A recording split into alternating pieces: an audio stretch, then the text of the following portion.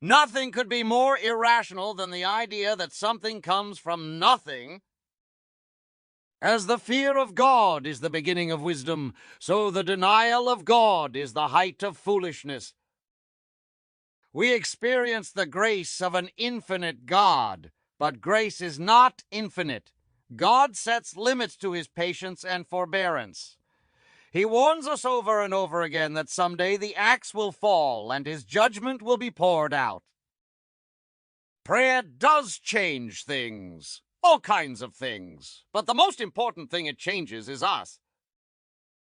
I think the greatest weakness in the church today is that almost no one believes that God invests his power in the Bible.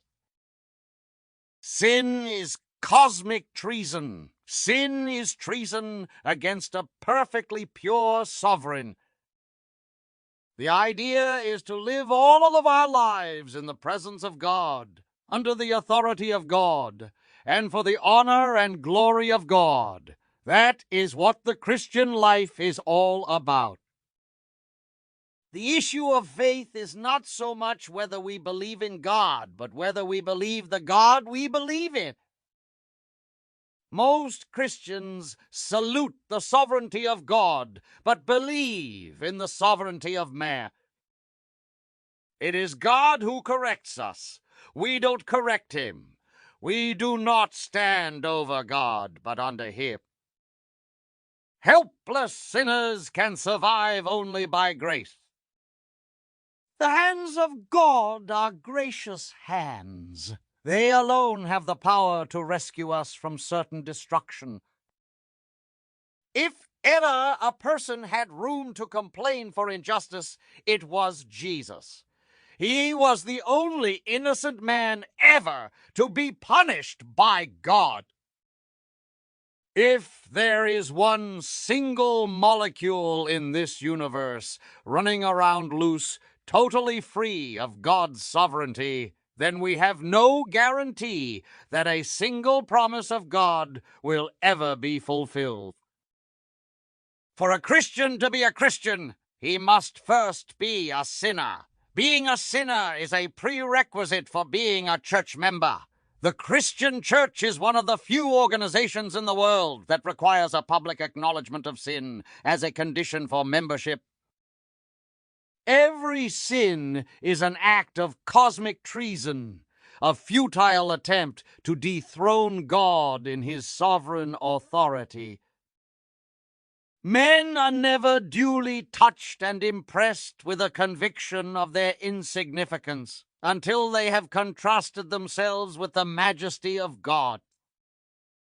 If you don't delight in the fact that your Father is holy, holy, holy, then you are spiritually dead. We want to be saved from our misery, but not from our sin.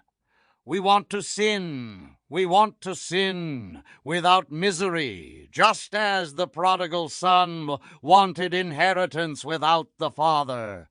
Sin always accompanies misery. The simplistic way of not conforming is to see what is in style in our culture and then do the opposite.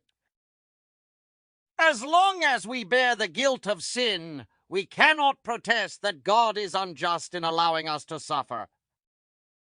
To say that God's sovereignty is limited by man's freedom is to make man sovereign.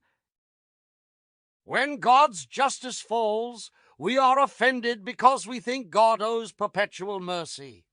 We must not take his grace for granted. We must never lose our capacity to be amazed by grace. It has been said that nothing dispels a lie faster than the truth. Nothing exposes the counterfeit faster than the genuine. The most brazen lie of all is the lie people tell themselves. I have nothing to worry about from the wrath of God. My God is a God of love. If that is your thought, your God is an idol. The Word of God can be in the mind without being in the heart, but it cannot be in the heart without first being in the mind. The most obscene symbol in human history is the cross. Yet, in its ugliness, it remains the most eloquent testimony to human dignity.